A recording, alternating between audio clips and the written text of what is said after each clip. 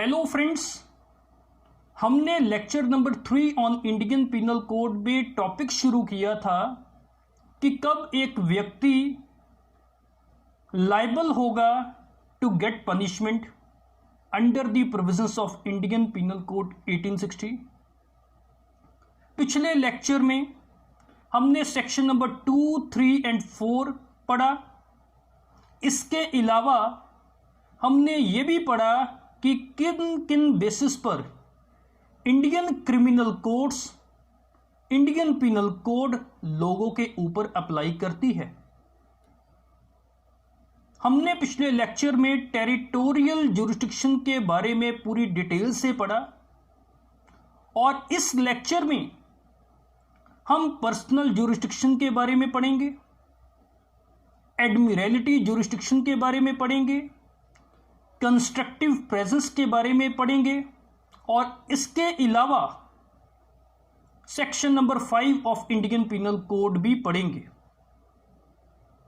और साथ ही साथ ये भी पढ़ेंगे कि वो कौन से व्यक्ति हैं जिनके ऊपर इंडियन पिनल कोड 1860 की प्रोविजंस एप्लीकेबल नहीं है।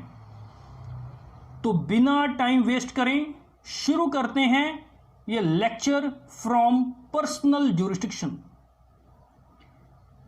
पर्सनल जुरिस्डिक्शन में हमने पढ़ना है कि जब कोई crime with in the territory of India commit होगा, अगर वो ऑफेंस कमिट करने वाला चाहे वो इंडियन नेशनल है चाहे वो फॉरेनर है, इंडियन पिनल कोड उस व्यक्ति के ऊपर एप्लीकेबल होगा। इसका कारण यह है कि अगर कोई भी व्यक्ति इंडियन टेरिटरी के अंदर आकर कोई ऑफेंस कमिट करेगा, by virtue of section 2 of Indian penal code he will be liable to get punishment. तो क्या लिखा है? Where a crime is committed by any person, जब कोई क्राइम किसी व्यक्ति के द्वारा कमिट होगा, वेदर एन इंडियन नेशनल और अ फॉरेनर, चाहे वो व्यक्ति इंडियन नेशनल है चाहे वो व्यक्ति कोई फॉरेनर है, अगर वो ऑफेंस कमिट होगा within the territory of India, then the Indian penal code shall apply on that person. तब इंडियन पिनल कोड उस व्यक्ति के ऊपर एप्लीकेबल होगा। क्यों? Because the person who commit the offence causes the effect on the Indian soil, क्योंकि उस व्यक्ति ने ऑफेंस इंडियन सॉइल के ऊपर कमिट किया था। Section number 2 of Indian penal code deals with such type of cases. Okay, ये था पर्सनल जुरिस्डिक्शन के बारे में। अब हम पढ़ेंगे एडमिरलिटी जुरिस्डिक्शन के बारे में। Section number 4 of Indian penal code deal करता है एडमिरलिटी जुरिस्डिक्शन के ऊपर।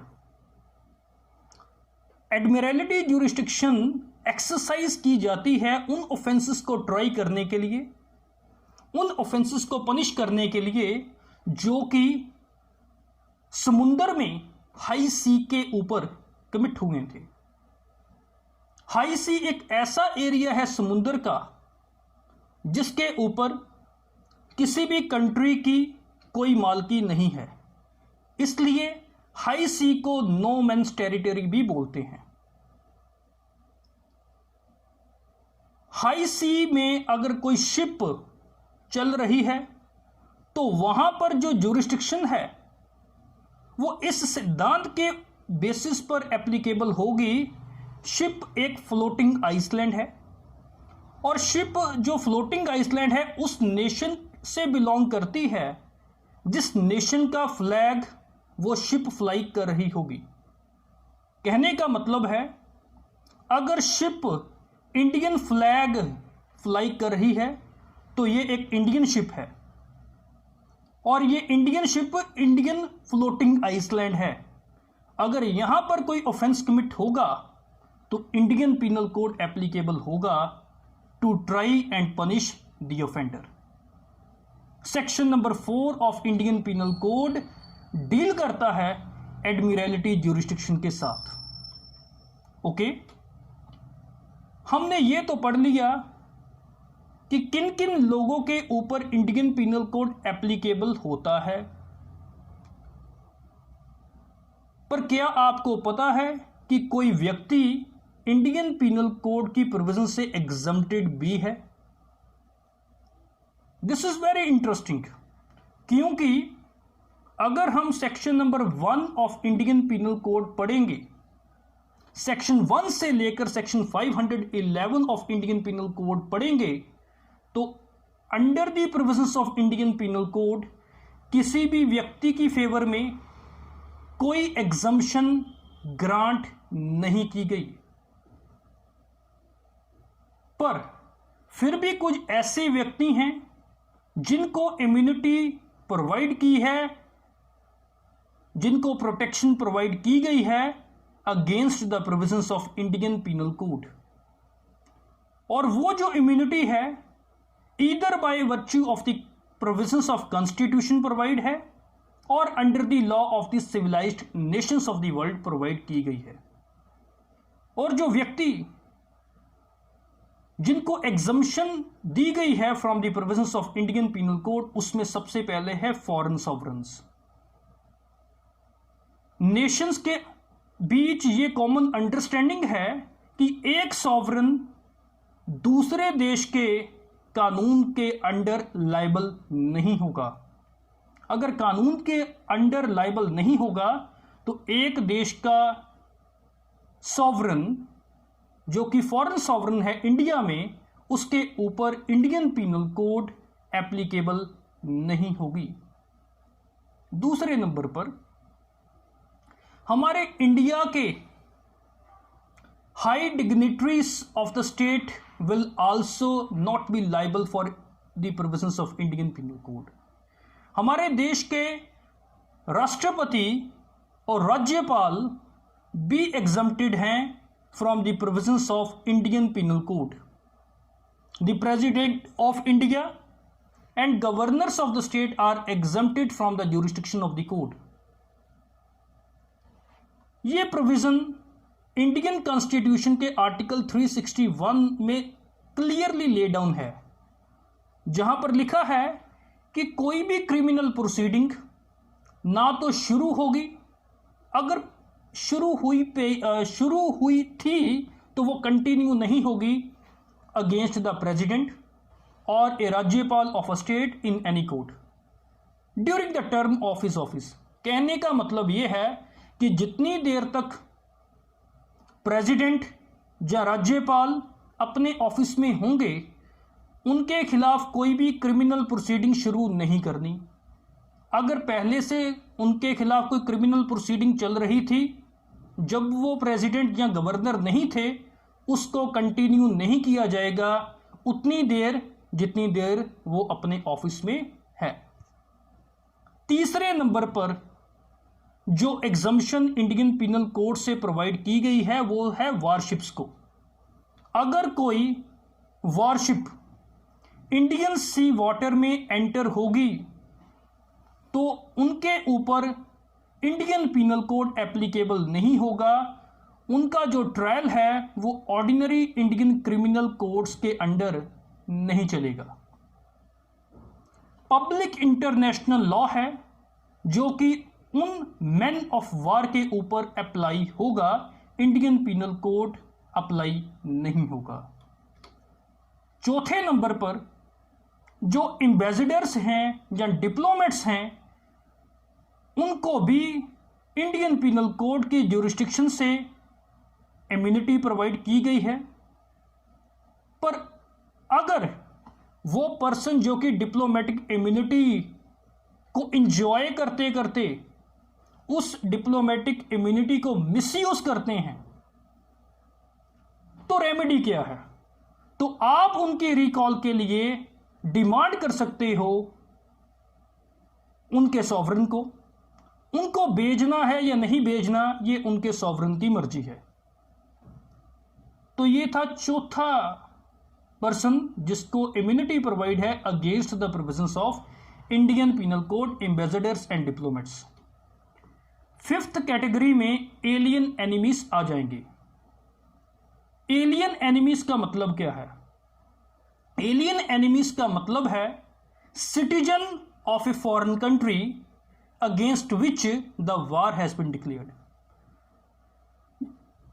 एलियन एनिमी फॉरेन कंट्री के सिटीजन होते हैं जिनके साथ इंडिया ने ऑफिशियली वार डिक्लेयर कर दी है। ओके, अगर वार खत्म हो जाएगी तो they will become only alien, they will not be alien enemies. But जितनी देर तक वार डिक्लेयर है उस फॉरेन कंट्री के जो सिटीजन्स हैं उनको एलियन एनिमी बोला जाएगा। अगर एलियन एनिमीज कोई एक्ट ऑफ वार करते हैं, एक्ट ऑफ वार के लिए उनको ऑर्डिनरी क्रिमिनल कोर्ट्स में ट्राई नहीं किया जाएगा इंडिया में।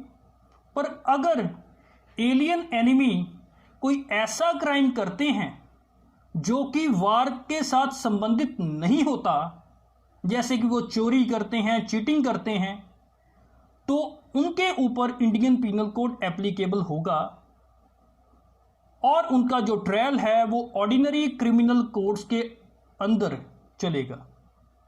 अगर एक्ट्स ऑफ वार की बात करें तो उनको ऊपर मार्शल लॉ एप्लीकेबल होगा, इंडियन पीनल कोड एप्लीकेबल नहीं होगा। छठवीं कैटेगरी में आती है फॉरेन आर्मी। जैसे अभी इंडिया और चाइना के दरमियान सिचुएशन खराब है और अमेरिका हेल्प करने के लिए तैयार है, वो अपनी आर्मी इंडिया में भेजने के लिए तैयार है। अगर इंडियन सॉइल पर अमेरिकन गवर्नमेंट की कोई आर्मी आएगी with the consent of the Indian government, तो उनके ऊपर भी इंडियन पीनल कोड एप्लीकेबल नहीं होगा, उनको भी इम्यूनिटी मिलेगी from the jurisdiction of local criminal courts of India. ये जो सिद्धांत है ये सेटल्ड इंटरनेशनल प्रैक्टिस है कि फॉरेन आर्मी अगर with the consent of the Indian government Indian soil के ऊपर स्टेशन है तो उनको इम्यूनिटी मिलेगी from the jurisdiction of local criminal courts.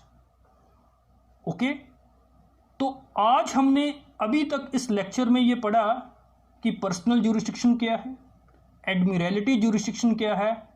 तीसरे नंबर पर हमने पढ़ा कि वो कौन कौन से व्यक्ति हैं जिनके ऊपर इंडियन पीनल कोड एप्लीकेबल नहीं होती। तो आगे हम पढ़ेंगे कि कंस्ट्रक्टिव प्रेजेंस क्या है। जब कोई व्यक्ति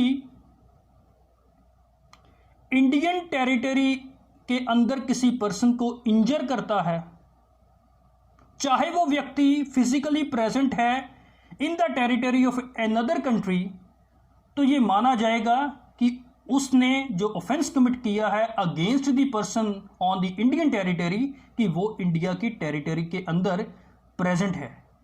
तो इस तरह की प्रेजेंस को हम क्या बोलेंगे? कंस्ट्रक्टिव प्रेजेंस बोलेंगे। लेट टेक एन एग्जांपल कि अगर कोई पाकिस्तान का नेशनल गोली चलाता है from the other side of the border और इंडिया की टेरिटरी के अंदर कोई पर्सन खड़ा है, वो उस गोली से मर गया, तो उसने ऑफेंस कहां से किया? पाकिस्तान से किया। पर मरा कौन सा बंदा? जो इंडियन बॉर्डर के बीच इंडियन टेरिटरी के अंदर खड़ा था।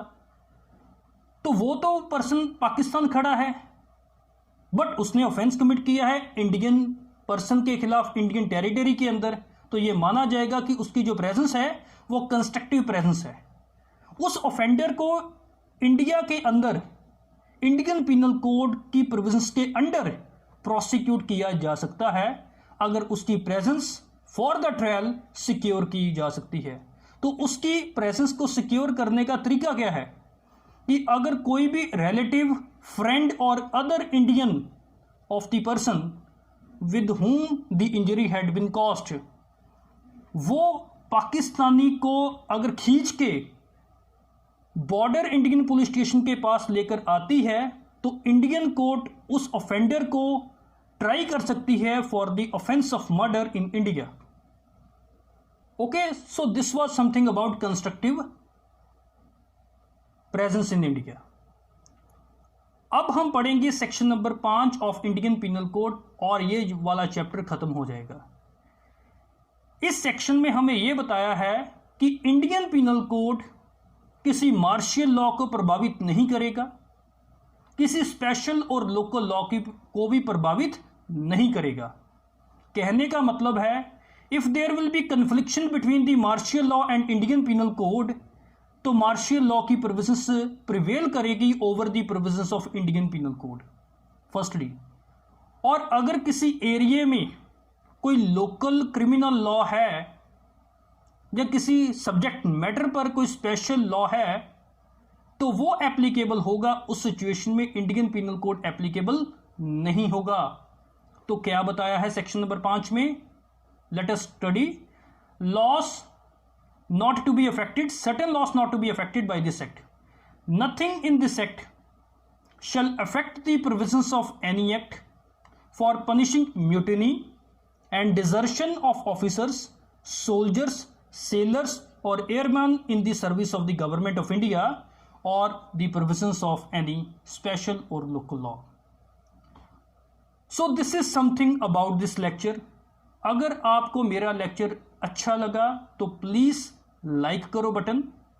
अगर आपने अभी तक मेरा चैनल सब्सक्राइब नहीं किया तो प्लीज़ सब्सक्राइब माय चैनल और बेल आइकन को क्लिक करना so that each and every notifications will come to you directly.